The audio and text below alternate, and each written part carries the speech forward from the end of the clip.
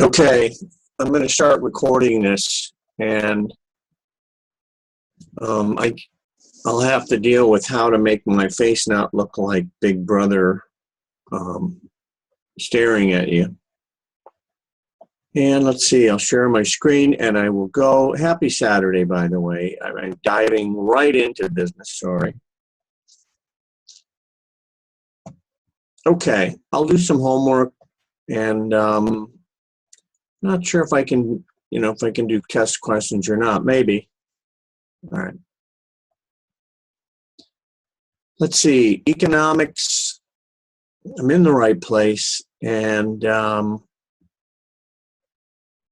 these are tests. I'm inclined to do the tests because they're the hardest part, and they change the answers around anyway for most of them.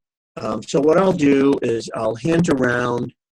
If I have to, I will, I'll show the correct answer or look at it, because sometimes these things confuse me, as some of you know. It's just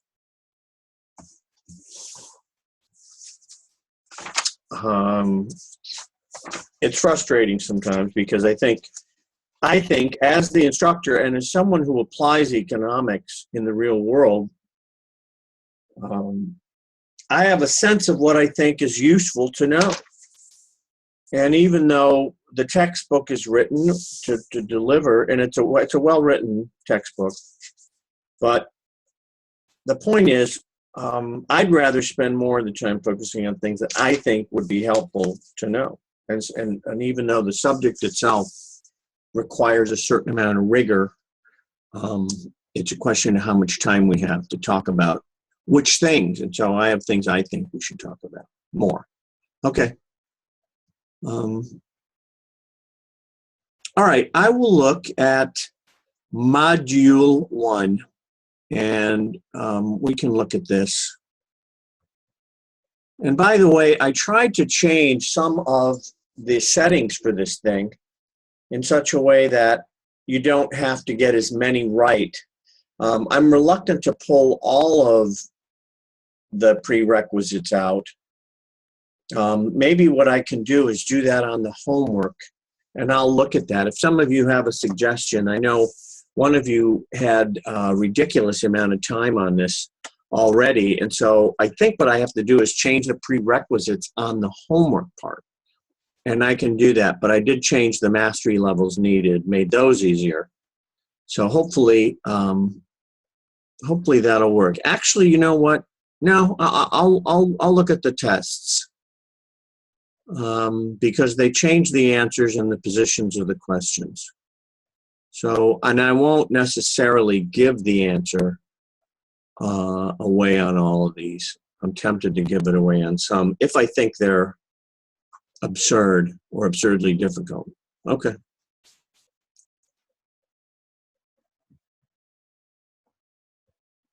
I hope you've all had a good start to your weekend and you're not too stressed out about homework. All right, economic coordination.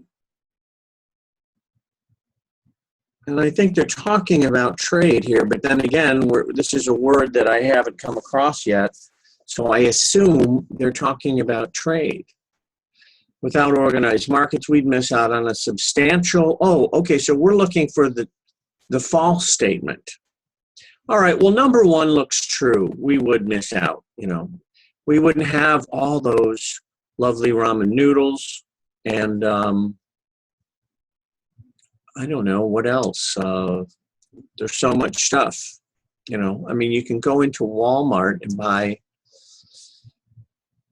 things much cheaper than you used to be able to buy them. Okay, like the first thing that comes to mind is towels, but then they start to fray. Or I remember buying some towels at Walmart where the dye came out of them. Anyway, okay. The world oil market is not truly a market because it's not centralized. Oh, boy. I mean, no, that's not true. A market doesn't have to be centralized. My sense is that's probably the false one there. Most previously planned economies are adopting a decentralized market system. Okay, this is language. A planned economy means that it's centrally planned. That's a command economy, a collectivist economy, communist economy. Those all mean the same thing. A decentralized market system is a fancy way. In fact, they're trying to disguise the answer. It means a free market system. In other words, it's not run by the government. And so even though the government does plan a lot of things, as in China, some things are provided by the private sector in a more free market environment. So firms coordinate a huge amount of economic activity. Well, of course they do. So I think you're in good shape there. And remember, there's a bank of probably 30 or 40 questions, and they mix them up. So the ones we cover, I go over today. I say, wait, there's no one else here. Is going to, change, all right?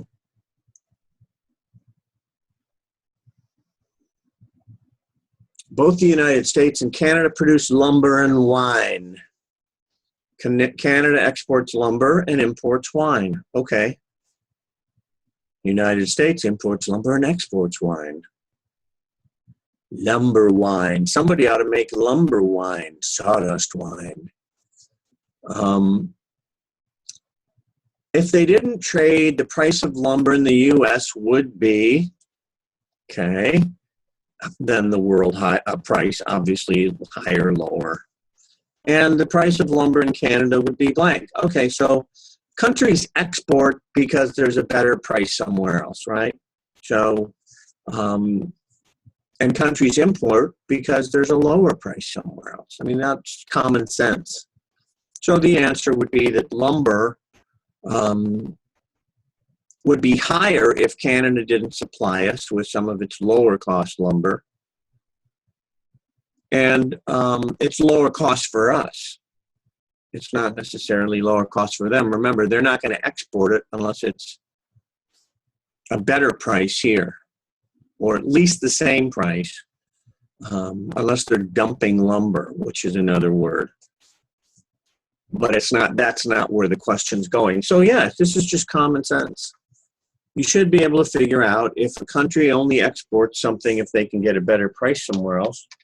You should be able to figure out who's selling what. And of course, we have our wines, California wines, and I don't know where else they grow them, all over the place, I'm sure. Then, because they need wine and they can't really produce it as well that far north, they'd buy it from us. Okay, you figured that out.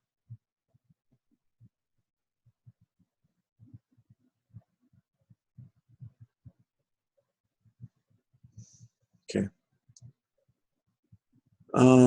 If the United States and Canada did not trade, the price of wine in the United States would be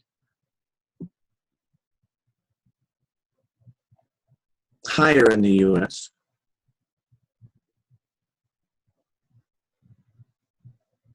Excuse me. It would be, price of wine in the U.S. would be lower than the world price.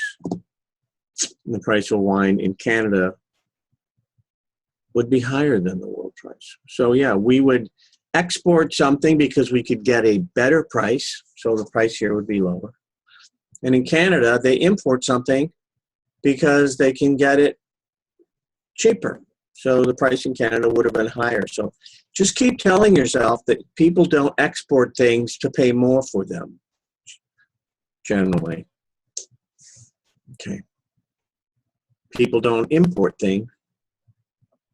People don't import things to pay more for them. People don't export things to get less for them. Okay. With international trade, Americans buy mass, I don't know how to say lumber, and Canadians buy menos. No, mas, bino. Americans produce with international trade. Well, I should think that the Yanks would produce a bit less then, and the Canadians would produce also a bit less because the lower cost producers. I should be speaking in a Canadian accent, eh? Well, we're buying your wine, eh? All right. You can figure those out. Those aren't the tough ones. All right, when firms use new and better ways of producing all goods and services, economic growth occurs, but it's not free. The opportunity cost of producing every good falls to zero. Right. Scarcity is eliminated. It's utopian. Economy moves along its production possibilities frontier. Well, remember, new and better ways is not fancy, it's plain language, but it's disguising language for technology. And technology increases productivity, and that shifts curves so that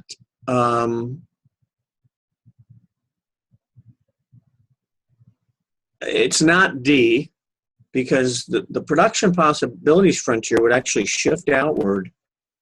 A country could produce more of probably both, all goods and services. It would shift outward, so they'd be able to produce more total stuff. And so it's not D. Scarcity is not eliminated. Opportunity cost falling to zero? No, not going to happen. Growth occurs, but it's not free. Okay. That's such a vague statement, but I think what we're talking about is the concept that I brought up, I think, at least obliquely, was that, yeah, technology displaces people just as cheap imports displace people. But the idea is that the efficiency creates more spending power, more consumption capability. And so that savings is supposed to, in a frictionless labor force and in a frictionless economy, and by that I mean you can switch from one job to another, or you can produce different goods at no cost, because we assume so many of these things in economics, some of which should no longer be assumed. But yeah, you have trade-offs. People lose jobs because of technology, but the technology lowers prices and frees up resources. So yeah, belaboring the point. There you go, belaboring the point again. All right, so this is cookies and the marginal benefit of those same cookies. Here I am being distracted by my technology that's so efficient. See what I mean? It's not free, is it? I've got this phone. It allows me to basically have all the access to all the wisdom of human history in something I can put in my breast pocket. But it's not free because it's distracting me with beeps every 10 seconds. I'm only partly kidding. And of course, the distraction at the workplace. Get to work, get off Facebook. You know what I'm saying? Okay. So we have marginal cost of producing cookies and marginal benefit. Remember, those of you from micro, and I did mention this in class, so those of you from last Monday, a benefit curve is a cost curve, and a cost is a demand curve. And a cost curve is a supply curve. So keep remembering that, and you won't be mystified as much by the language. And of course, as we look at it, the marginal cost curve is the firm's supply curve. And the market supply curve is the aggregate of individual firms' cost curves, okay? So we have then marginal benefit. And the question is, allocative efficiency is going to come where batches equal the benefit of the batches equals the cost of the batches. So it shouldn't be that. I mean, this is one of those that's superbly easy. And so many of the others are superbly trying, shall we say, be bothering. It should just be 6 and 9. Let's see, 6 batches of cookies, okay. Batches of muffins per batches of cookie. Whole everything. What?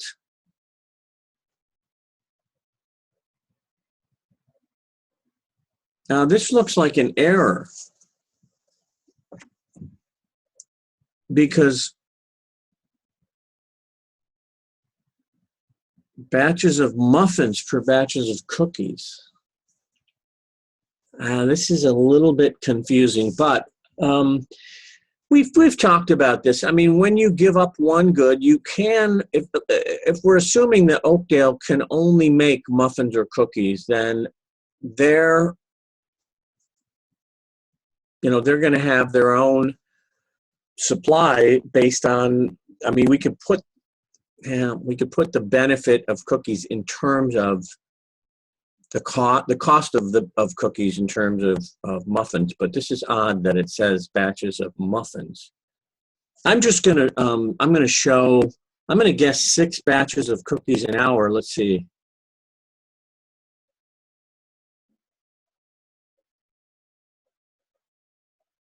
Yeah, this is ridiculously complex when it's actually very simple, and I'll just see if I can't check it. I'm checking.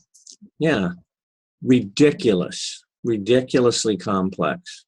And I don't know why muffins were involved, but let's talk about dolls for stuffed animal. And it's the same idea. Okay.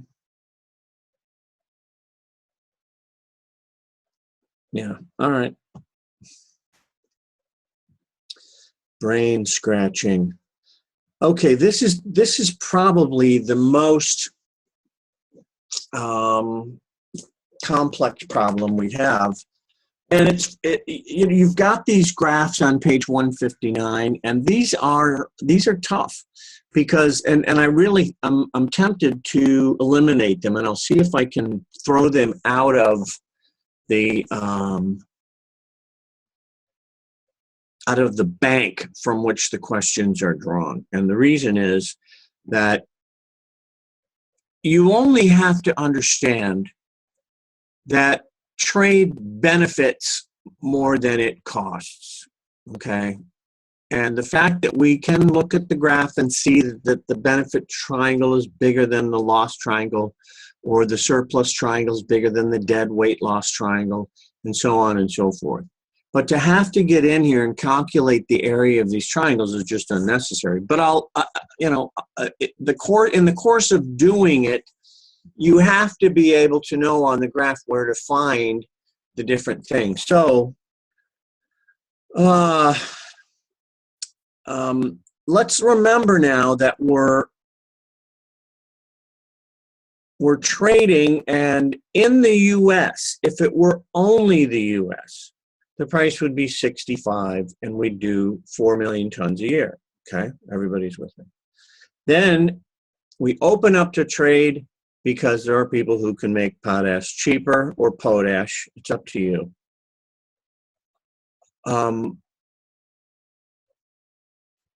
And so we get 50 as the world price, and as a result, our producers won't produce as much, so the producer surplus goes from, it used to be B and C. Remember, because before the red lines and trade were introduced, you just go to the equilibrium point, everything above the supply curve, right? It's time. I can't put it off forever. We've got to get in here and start, see if I wish I could find, I'll use the mouse. Maybe that'll solve it. No, I've got the mouse. Draw spotlight. I think I'm going to use these little bad boys and girls, whatever they are. Remember when we're here, okay? Then the supply, the surplus is everything in here. And it's B and C. In fact, if I had made that little thing right, it goes, I'll even do it this way. Now that I'll learn this little tool, and pretty soon I'll be like Robin Hood with these arrows. I'll be pulling them out of the quiver and firing them like the elves on The Lord of the Rings. I mean, unbelievably fast. And so it used to be that the B and C used to be where the producer surplus is. Remember, we've got people who will make stuff even cheaper. And so when the price is 65, everything under 65 and above the supply curve is a surplus. Well, when the price goes down to 50, then the surplus goes down to C only. And D is, I think D is additional consumer surplus.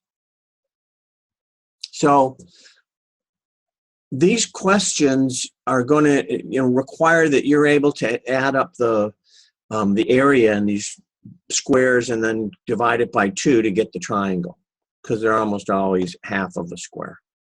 Okay, so total surplus in the U.S. before trade is this 125, 120 times 4, 480. It should be 240 million. We'll find out, because I can check the answer.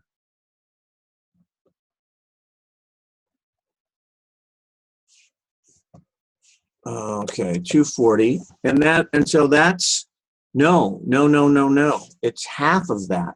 Oh no, total surplus. Yes, it's half of that box. That triangle is, no, it isn't half. Excuse me. What do I need? Yeah, it is. It's half of that larger triangle. Now I'm going to have to draw some more so you can see what I'm talking about. It'd be nice if I had someone here to act as my foil and say, yeah, but where's the triangle? Or where's the rectangle? So this rectangle ought to be exactly twice as much as that big triangle surplus. You could imagine that the price point here is, halfway, and then it would be over here, actually. And so these triangles bisect each of those half squares. So, yeah, so this is, whatever this is, 125 times 4 is 500. 120 is 480, so it should be 240.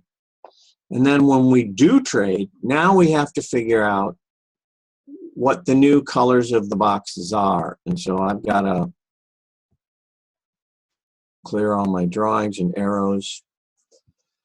And now we just add up all the new area. Actually, we're probably looking at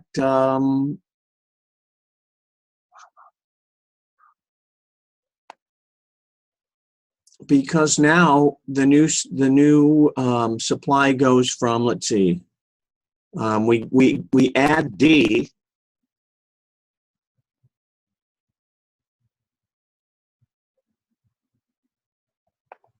I'm going to have to look. I think, let's see, the exports, the triangle between 3 and 5, that goes to imports. We're going to lose some surplus from 65 down to 50 from the domestic producers. The consumers will benefit. So let's see what the result is. Okay.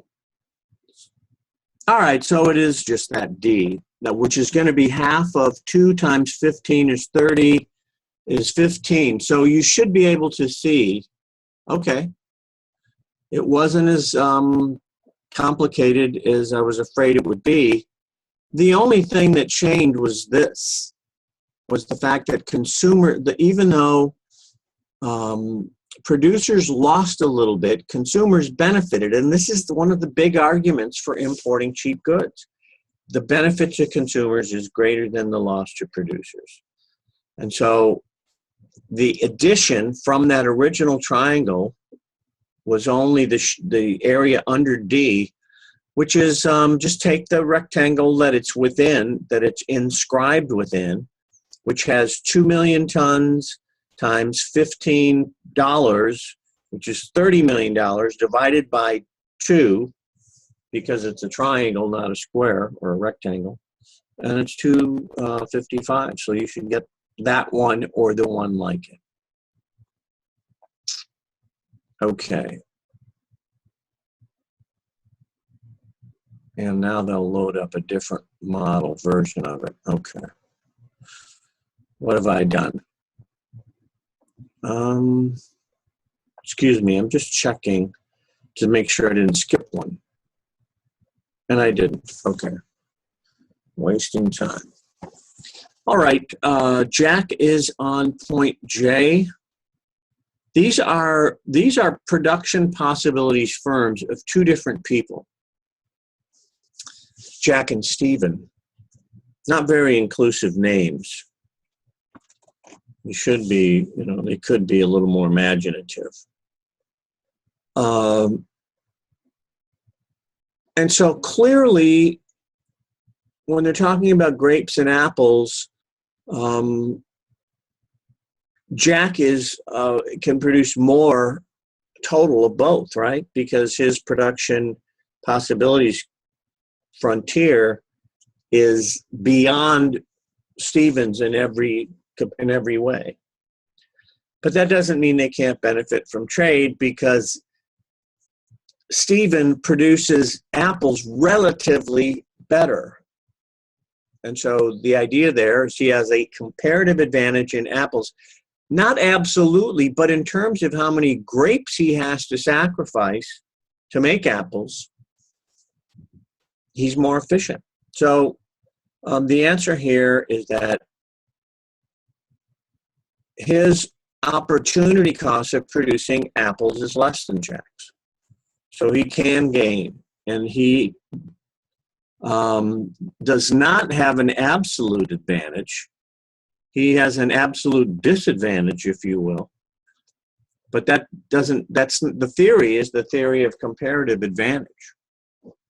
And Ricardo came up with that. So the answers should be higher than and can. Oh. No, excuse me. His opportunity cost is lower producing apples in terms of grapes. So it's lower, so he can gain. Okay. So it should be C, and this does not have.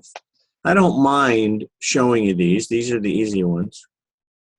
And you should get these. Okay. And he does not have. That's what I said, right? Sometimes I don't say what I mean. But no, he did not have an absolute advantage. He had a comparative advantage. All right.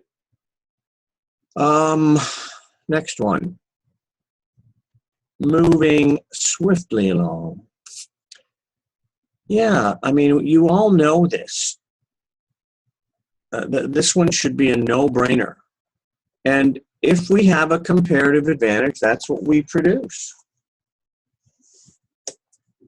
Or we produce relatively more of that than we had. And then we know what imports and exports are. I think that's baby stuff. All right. And we've got an arrow on the screen. We have an arrow on the screen. The chances that will come to be useful later are very low. National comparative advantage arises from the differences in, economics almost always talks about opportunity costs. So I think the safe answer here would be opportunity costs. In fact, this whole chapter wants us to think in terms of opportunity costs rather than dollars and cents. We just had a question that talked about apples, not in terms of dollars and cents. but in terms of grapes, right? The Grapes of Wrath. Phenomenal book, by the way. Because I'm not talking about literature, and I'm not talking about sociology or politics. I'm talking about economics. Really an amazing book, although it wasn't written to teach economics. It's an instructive book, and you can ask yourself how the things happened that did happen, how they came about, and why, what could have prevented them, and you get a really an amazing story based on real events. Okay. I mean, stark deprivation in this country. Not that it doesn't happen already all the time, and that we haven't had people suffer for centuries here, but it was just a time where a particular group of peoples and their hardship was highlighted, so, or whatever you want to call it, brought into the limelight, displayed. Really amazing. If country A has a comparative advantage, country B, okay. Yeah, if A has an advantage in automobiles comparatively, B's is in boats, then they'll both gain if they each export the thing they have the comparative advantage in. I mean, really.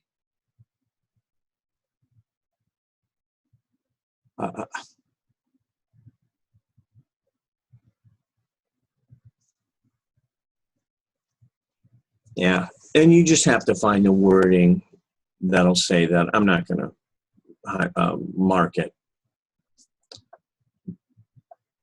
No. Oh, I guess I will mark it then so I can go. Okay. I'm not checking these, so maybe I should have checked them. Two reasons that explain why trade remains restricted are that restricted international trade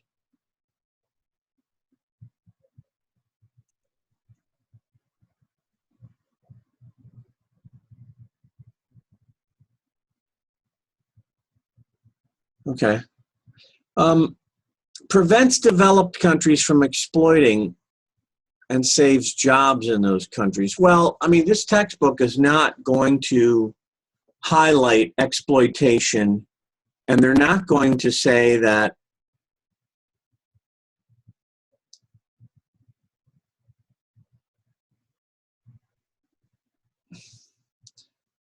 it saves jobs in those countries. I mean, they're going to say that the developing countries would be better off. Save jobs and penalizes. No, those would be tariffs on our end. Brings diversity and stability to the whole economy and saves jobs in developing countries. No, because this textbook would argue that trade is inefficient. Benefits, restricted trade benefits domestic producers of import competing goods and services and generate tariff revenues in developing countries. Well, that's probably the answer. I mean, I can't imagine what else it would be. Let's check it. I don't know why it's letting me check it. That's correct. All right.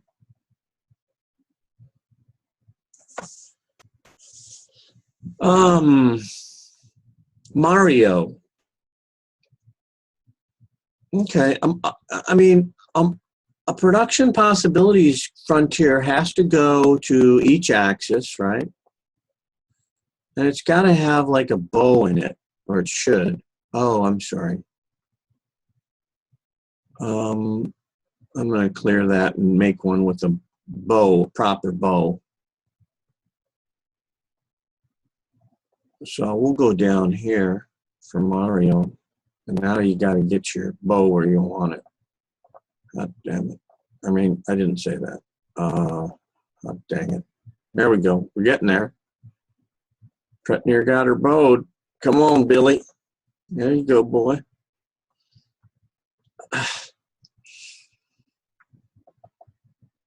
Voila, le beau.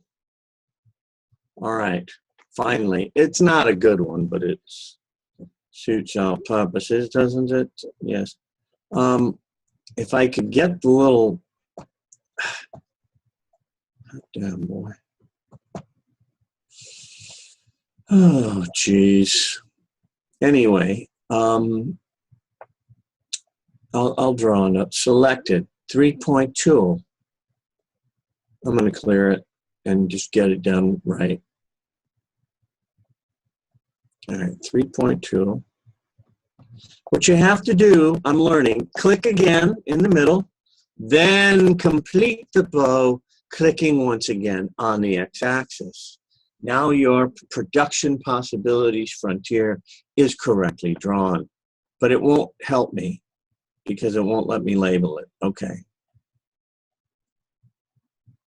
Label the curve. I've labeled it question mark because I don't know why it doesn't work.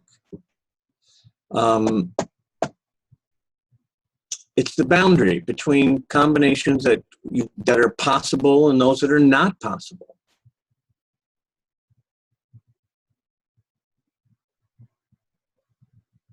Yeah.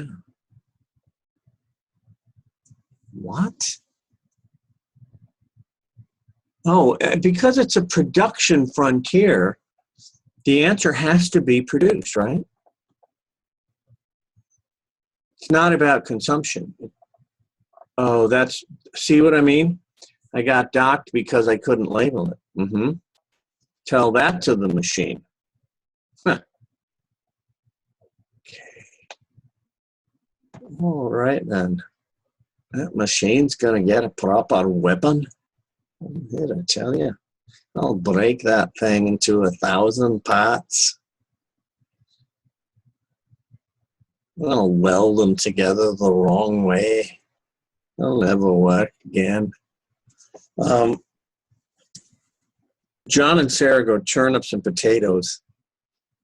John has a comparative advantage in turnips.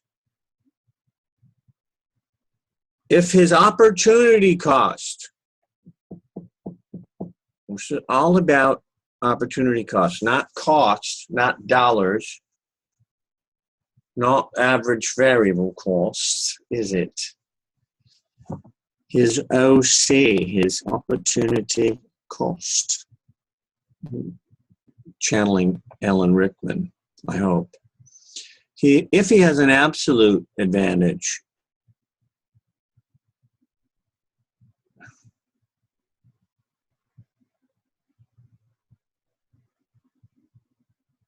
well, he would be more productive than she is, but that doesn't mean they wouldn't be able to trade. It does not mean he's unable to trade. You should know that. So we'll say that he would be more productive.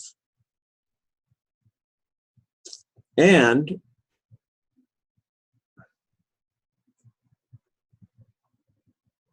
that should be right.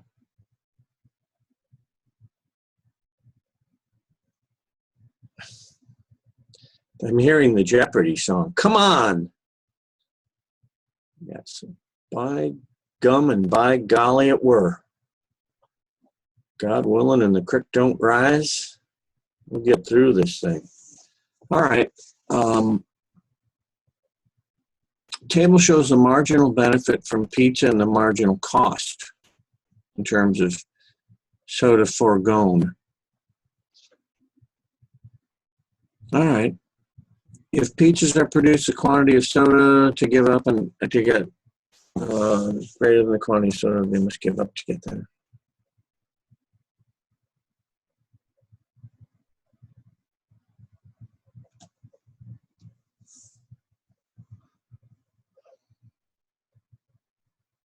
This is one of those where you say it and you risk brain damage if you actually listen to what you're saying.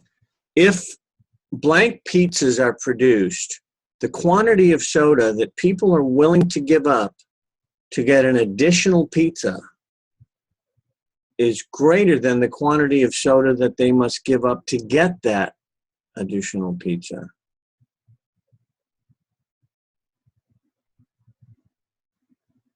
Okay, so this is about willing to give up and must give up. So it's about benefit versus cost, right? So once the marginal cost in cans of soda per pizza starts going up right away. Oh, the marginal cost.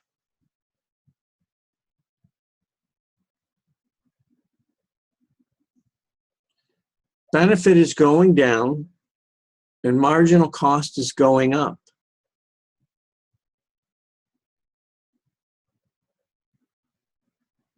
And so,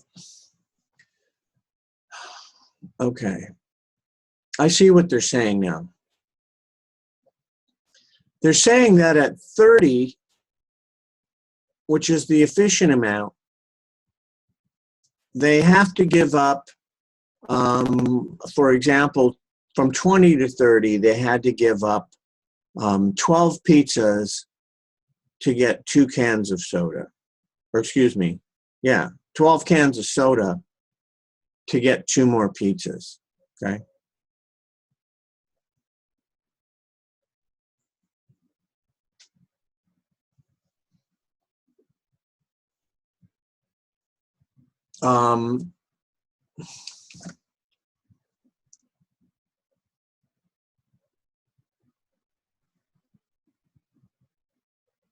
All right, so then what happens is after that, they have to give up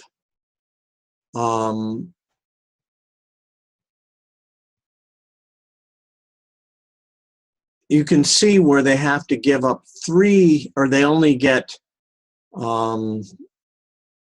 the marginal cost. Oh God,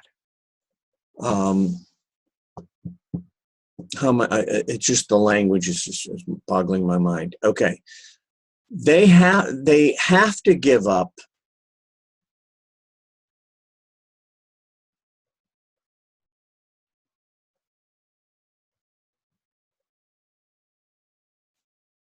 okay, so the benefit after 30 pizzas, they have, before 30 pizzas, they have more benefit than cost. I mean, this is so simple, but I'm trying to wade through the language.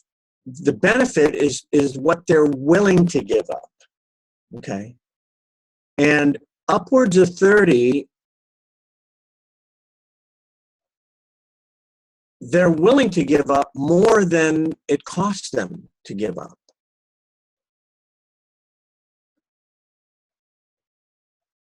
But after 30, they have to give up more than they're willing to give up. So let's see. Is this true? If they produce 40 pizzas, the amount of soda they're willing to give up, which is 3, no, it's not less than the quantity of soda than they have to give up. Or it's not more, it's less. So it's actually, the answer is, anything less than 30. Because if you test it and look at 20 and 10, the amount that they're willing to give up is more, far more, 29 and 16 versus 1 and 2 as costs. Okay? Demand is higher than, well, so the benefit is higher than cost. So, but after 30, the benefit continues to go down and the cost continues to go up. So it should be less than 30. Actually, it should be, if people were particularly focused on using the English language instead of some other terrible bastardization of it, it would be, wouldn't it, fewer than 30? Because we're talking about a numerical value here. Fewer than 30, please. Less than satisfied, less than good, but fewer than 30. You can tell I'm edgy today, right? Okay.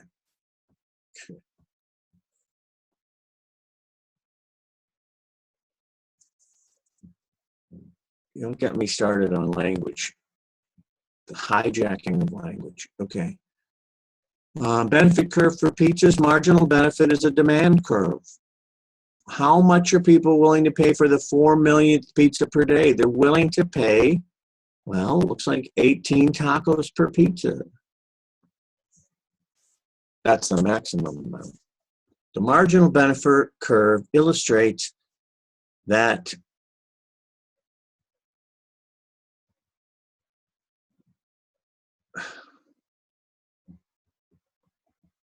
tacos have a decreasing opportunity cost. So as you go further out in consuming pizzas,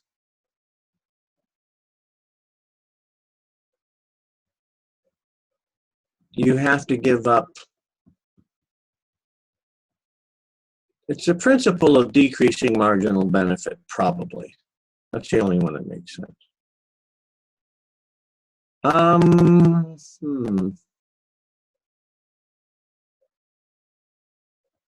I think that's what I'm going to guess.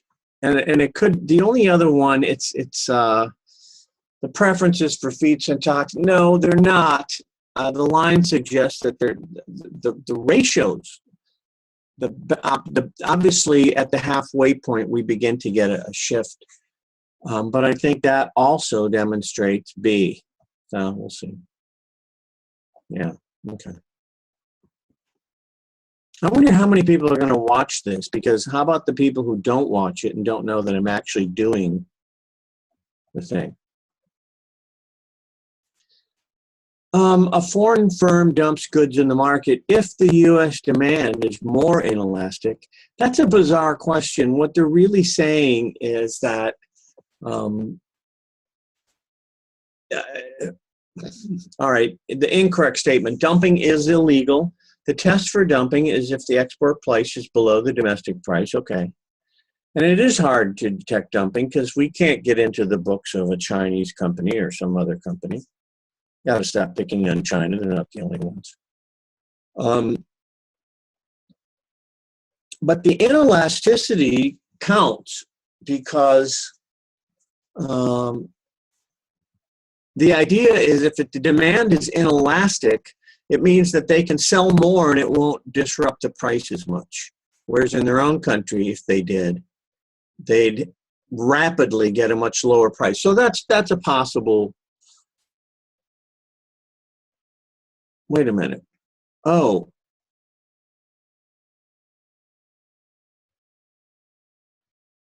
No, this is supposed to be incorrect. Oh, no, that's not. I mean, that would explain, that actually could explain dumping, but they dump because it's they're trying to damage domestic industry so they can get a foothold there and possibly create a whole new market for themselves. I mean, that's why it's illegal, because it is damaging. It's a form of economic warfare. Okay. But the truth is, the elasticity could come into play, so I'm not sure I like that question. But it's not really the primary motivation, certainly. Okay. Okay, when you impose tariffs, prices rise, all right?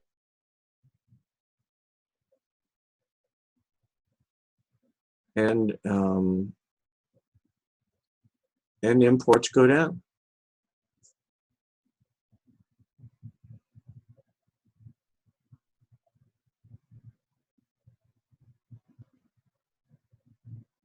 Producer surplus, a tariff is a higher price for domestic producers, so it increases. Consumer surplus, because of a higher price, consumers lose some surplus. So these should all be right. Now, why they don't want to give me this answer, I don't know. Oh, because I'm not done. Total surplus, it should decrease because of some deadweight loss. All right, let's see. Okay.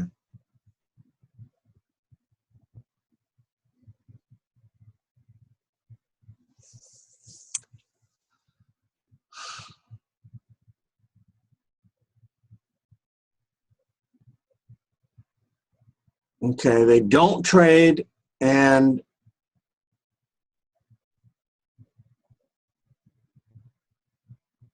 And in Poland, it's $3 a pound. Then they start to trade. Well, it's what I said before about Canada and lumber and wine, is that you don't open up to markets unless, you don't export unless you can, sell it for more. So they would open it up and the price would go to 4. And they would produce more. Obviously, quantity bought by Poland decreases. Poland exports copper. This should be right. Okay.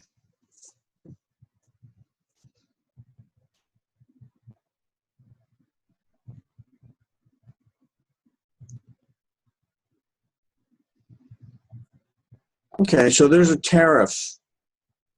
And, I'd click on this thing and it'll talk about footwear. The Affordable Footwear Act, did not know about that one. Everybody got to have shoes. That's the Affordable Footwear Act. I can't believe I'm reading this, but there it is.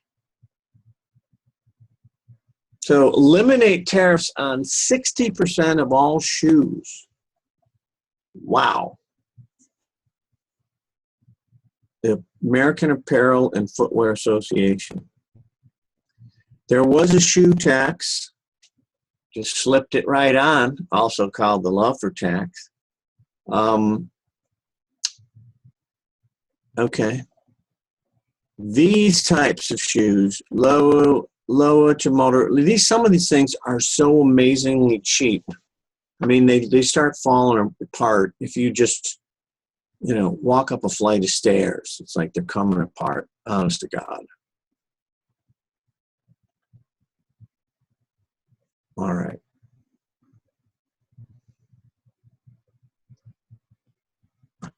Oh, the shoe tax has worn out its purpose. That's hilarious. All right. The sole producer of shoes. Hilarious.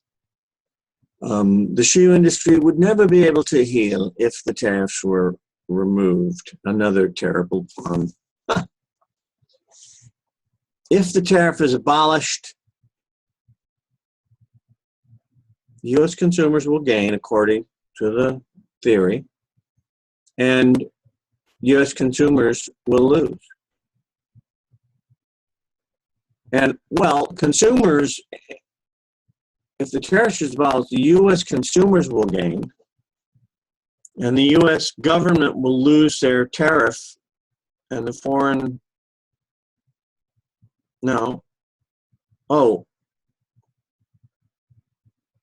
U.S. consumers will gain. Oh my God, these are so convoluted. The government will lose the tariff revenue and consumers will get cheaper shoes. The foreigners will benefit because they'll be able to sell more shoes. All right, you figure it out. Congress imposed, shit.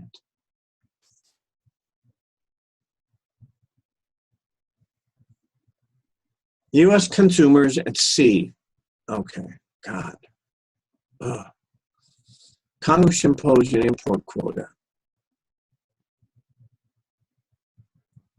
U.S. domestic producers would gain and U.S. consumers would lose. I don't know why I'm so testy today, sorry. Tired, I think. Okay.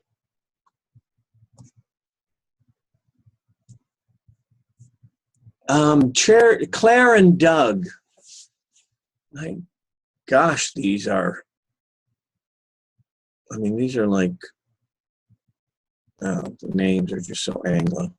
Claire and Doug, beef and corn. Jack Sprat could eat no fat. I don't know. It just, it's a question. Okay. Claire specializes in beef. We look at the question facts. Claire can produce 30 tons of beef for 120 bushels of corn. Claire's a stout gal. She's good, she's strong, and she's smart. And she can talk to animals. And some people say that she can even make the corn grow by singing to it. You can believe it or not, but I got numbers right here that say that Doug's working his tail off. He can't keep up with her. And so Doug produces less all over, right? So she's absolutely more efficient.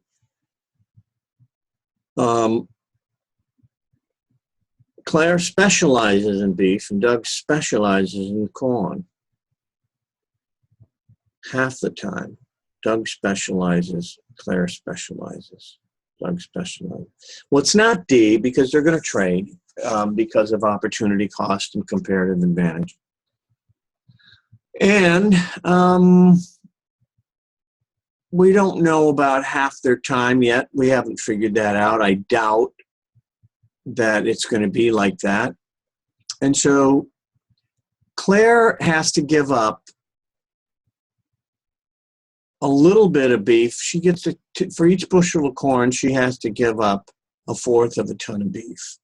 Whereas Doug, for a bushel of corn, has to give up 1/2 a ton of beef. So she's more efficient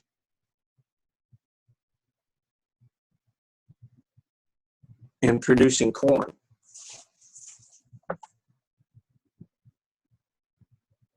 Yeah.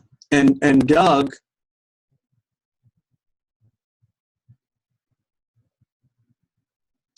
for him to produce beef, he has to give up 2 bushels of corn. If she makes a ton of beef, she has to give up 4 bushels of corn.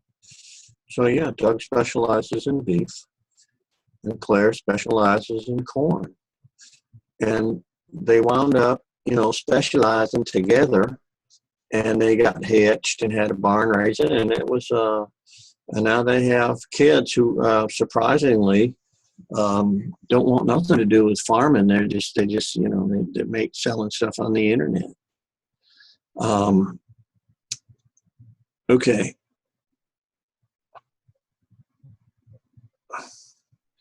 Country opens up to free international trade. The producers of the exported good receive a higher price and sell a greater quantity of it. Well, I mean, you're assuming, they're not going to open up as a general rule. Well, they could. I don't know. Oh, okay. So they're assuming an exported good. All right. You don't do it in the context of exporting unless the price is better globally. But it's not. You can open up to international trade. Okay, that's one of those questions where they have to be careful, because just because you open up to international trade doesn't mean you're going to benefit. But you wouldn't do it necessarily. Or, well, you would. You'd have producers who get beat up, but supposedly they'd be worth it because consumers would save more money. Okay. Producers of the exported good receive a greater producer surplus. Okay. Checking answer. And we are approaching the last question. I am going to come in around a little over an hour. And when a country opens up, we got to go to the next question. And what have we here? Oh, don't you love it? Okay, we have a PPF. And we're going to 0 and 12 lasagnas. That's not how you spell it. Maybe it's an Italian spelling. All right, I won't get nasty.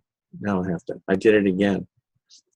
I didn't follow the point system rule where you have to make little. This is instructive, by the way. First time in class, stop and make your little point along the way. Then continue down, and you have, that's almost a perfect PPF, isn't it? Isn't that just beautiful? All right, now they want connect the points. Okay. All right, so they want to point at 6 and 9. Oh, hell. I just wanted a point. Okay, 6 and 9, 12. Pizzas was 6. Lasagnas was 9. Good, good. And then here, so I got my points. And then, come on, boys. Bloody hell, man. I don't think I have to label the points, do I? All right. So I hope that's finally right. And then all goods other than along this PPF, the quantities of pizza and lasagna are either increasing.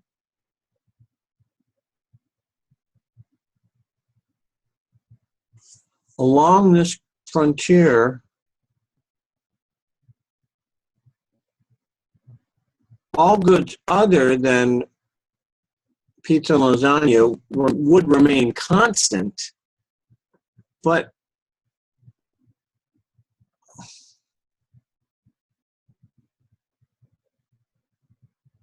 no, it's not that, because they're saying at the end there is no scarcity. So what they're saying is, let's just look at these two things and hold everything else equal, ceteris paribus kind of thing. So let's see what the answer is. Oh, hell. I think it's because of the curve. Okay. They wanted labels or something on here. What? I think, yeah, there's a label missing. Okay. So the label here, bloody hell. All right, so they wanted a label here. I don't know. C? Oh, okay. This is B. That's what it is. You see how they get you? You see? The machine. You did not obey. You must be punished. Okay. So now I'm still trying, machine. I really am. That was A. And then this would be your, rather your C then. Okay, now let's check the answer and see if we have 100. Oh, it hurts. It hurts. Oh. Well, anyway, that's because I've still got this question marks. But you see what happens? Okay. I took the bullet and got less than 100, but should have been instructive. I'm sorry about that. I'm just in a slap-happy kind of a foggy mood today. So hope that helped. If you watched, you may find that it helped. But if you don't watch, you won't know. So there we are. That's a koan for today. All right, everybody. Have a good rest of your weekend.